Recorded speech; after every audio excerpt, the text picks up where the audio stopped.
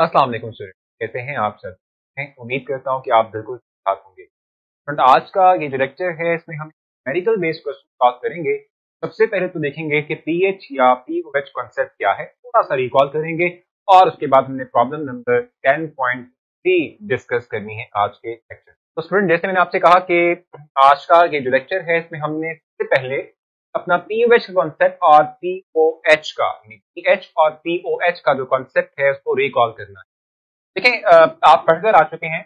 Basically हम ये बात कहते हैं कि जब भी हम सब्सटेंस की बात करें और उसे कहें कि वो एसिड होगा या वो बेस होगा या वो इन बिटवीन यानी न्यूट्रल होगा, तो किस तरह से इल्म होता है हमें कि कौन सा सब्सटेंस जो है वो एसिडिक है या वो बेसिक है या वो न्यूट्रल है।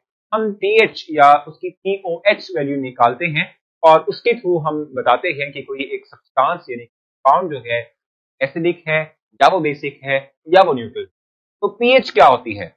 हमने कहा था कि पीएच का मतलब है it is the negative log of concentration of H positive ion. H positive ion की है negative log of H positive ion concentration को हम कहते हैं पीएच। यानी ये हमारे पास क्या है, पीएच इंडिकेट करता है कि concentration of H positive ion कितनी है किसी एक सब्सटेंस के अंदर, किसी सॉल्यूशन के अंदर। So negative log of H positive ion is called as pH, ठीक है। और इस तरीके से हमने बेस के लिए ये बात कही थी कि अगर हम पीओएच निकालना चाहते हैं तो हम कहते हैं कि पीओएच वैल्यू जो है that will be the negative log of O H negative ion concentration. Solution के अंदर ओएच नेगेटिव आयन कितने हैं, इसी कंसंट्रेशन को हम जब नेगेटिव लॉग लेते हैं ये हमें पीओएच वैल्यू हमें प्रोवाइड करता है, ठीक है। बाय पीएच वैल्यू और pOH value we can say the solution is acidic और बेसिक और अ न्यूट्रल सब्सटेंस, ठीक है। कुछ भी इनमें से हो सकता है, ठीक है। तो अब हमने जाना है टुवर्ड्स प्रॉब्लम नंबर 10.3 और हमने सॉल्व करना है इस इक्वेशन को, इस क्वेश्चन को, ठीक है। और देखना है कि क्या रिजल्ट हमारे पास आएगा। जी स्टूडेंट, जैसे मैंने आपसे पहले भी ये जिक्र किया हुआ है कि जब भी जो है आपने कोई एक न्यूमेरिकल बेस्ड क्वेश्चन सॉल्व करना हो तो आपने करना क्या है, आप हेडिंग्स देखेंगे, ठीक है। यानी हमने इस वक्त डिस्कस करना है प्रॉब्लम नंबर 10.3, इसको डिस्कस करना है। अब प्रॉब्लम नंबर 10.3 में जो गिवन डाटा है प्रोवाइड किया गया, आपको जो बताया गया है, ठीक है। सबसे पहले हम उसकी हेडिंग राइट करेंगे गिवन।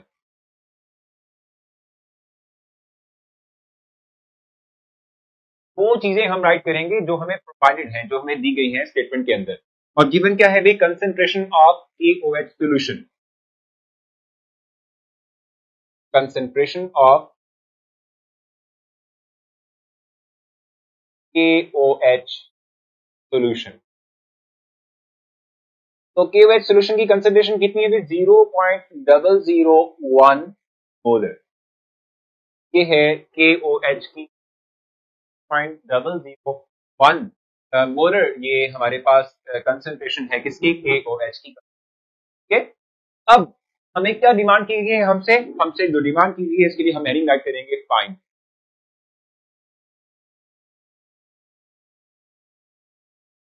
फाइंड की हम हेडिंग लिखेंगे और इसमें हमसे डिमांड जो की गई है वो है पीएच और पीओएच, ठीक है, हमसे डिमांड की गई।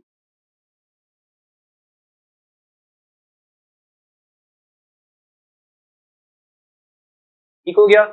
पीएच और पीओएच वैल्यू जो है हमसे कहा गया है कि हमें निकालना है, हमने फाइंड आउट करना है। तो हम जल्दी से करेंगे टुवर्ड्स सॉल्यूशन। और स्टार्ट कहां से करेंगे? सबसे पहले तो हमें पता होना चाहिए कि हमें अगर KOH की कंसंट्रेशन प्रोवाइडेड है तो हमें ये इल्म होना चाहिए कि KOH जब आयनाइज होगा फुली वाटर तो कितने OH नेगेटिव आयंस प्रोड्यूस करेगा, कितनी OH नेगेटिव आयंस की होगी साइड सॉल्यूशन, ठीक है। अब देखिए जरा, अगर आप KOH को इनसाइड वाटर आयनाइज करते हो तो यू ऑलवेज फॉर्म के positive ions aqueous form and OH negative ions, OH negative ions जो कि एक्वस फॉर्म, ठीक है।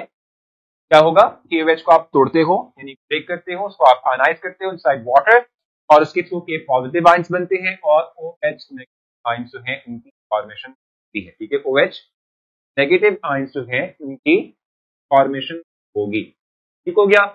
अब देखें, इनिशियली अगर आप देखें, अगर एक फार्मूला यूनिट KOH का ब्रेक होता है तो उससे एक के पॉजिटिव और एक OH नेगेटिव आंसर, एक टूटेगा, एक पॉजिटिव और एक ही OH नेगेटिव बनेगा। इसका मतलब ये हुआ कि जो कंसंट्रेशन आपकी कॉफी की थी उतनी ही कंसंट्रेशन के पॉजिटिव की बनेगी, उतनी ही के अगर आपके पास ये 0.001 था तो 0.001 सोल्यूशन में के पॉजिटिव होगा और 0.001 ही मोलर आपके पास OH नेगेटिव आयन के इनसाइड सोल्यूशन से हमें इल्म हुआ कि एग्जैक्टली वो जो सोल्यूशन है हमारे पास, ठीक है, उसमें OH नेगेटिव आयन कंसंट्रेशन कितनी है। तो हम लिख सकते हैं यहाँ पर कि जो concentration of OH negative ions हैं ये हमारे पास है 0.001 मोलर, जिसको हम लिख सकते हैं 10⁻³ मोलर। ये और ये सेम है, ठीक है। हमने बस सिंपली ये किया है, अगर आप जो है 10⁻³ को भी लिखेंगे, मेजर करेंगे तो वो 0.01 ही होगा, ठीक है। यानी इसको मैं अगर थोड़ा सा मजीद आसान करना चाहूँ तो मैं इस तरह से कर सकता हूँ। आप जानते हैं ना कि पॉइंट खत्म करते हैं, तो पॉइंट खत्म कैसे करते हैं कि आप पॉइंट की जगह पर नीचे 1 लगाते हैं, पॉइंट के बाद कितने जैसे 3 है तो 3 0 लगाएंगे, 1 2 3, ठीक है। अब इसी को आप लिख सकते हैं किस फॉर्म के अंदर, इसको आप राइट कर सकते हैं 1/10⁻³ की फॉर्म के अंदर। अगर आप 10 को 10 से मल्टीप्लाई करें, 100 को 10 से मल्टीप्लाई करें 1000 बनेगा, तो 10⁻³ लिख सकते हैं। तो आप ऊपर ले जाएंगे, सो यू विल गेट 10⁻³ एक ही बात, ठीक है। परेशान आपने नहीं होना कि ये कोई नई चीज हम ले आए, ठीक बात नहीं। तो क्या, अच्छा, तो यहां तक हमारे पास कंसंट्रेशन आ चुकी है, इसकी भी कंसंट्रेशन आ चुकी है OH नेगेटिव आयन की। और अभी मैंने आपको बताया था कि POH अगर आपने निकालनी हो तो आप नेगेटिव लॉग लेते हैं, तो POH किसके इक्वल होगा, negative log of concentration of OH negative ions, ठीक है। हमारे पास क्या है कंसंट्रेशन, हम कहते हैं कि भाई नेगेटिव लॉग ऑफ 10⁻³ आएगा। और जब आप नेगेटिव लॉग अप्लाई करेंगे, लॉग की ये प्रॉपर्टी होती है कि जब भी हमारे नंबर के ऊपर एक पावर हो तो लॉग उस पावर को पहले ले आता है। तो ये नेगेटिव हम जब लॉग अप्लाई करेंगे तो ये पावर पहले आ जाएगा, और 3 के साथ माइनस है तो ये माइनस इस माइनस को प्लस कर देगा, तो विल गेट 3 log ऑफ 10, ठीक है। अब हमेशा आपने याद रखना है कि log ऑफ 10 हमेशा 1 होता है। log ऑफ 10 की वैल्यू आप निकालेंगे तो 1 होगी, ठीक है। तो log ऑफ 10 हमारे पास 1 होता है, तो इसकी POH वैल्यू जो है हमारे पास आ रही है, इट इज 3, जब हमारे पास log ऑफ 10 जो था वो 1 के इक्वल था। फाइनली हमने POH वैल्यू इतना पहला टारगेट पूरा कर दिया है। अब pH हमने निकालना है, ठीक है।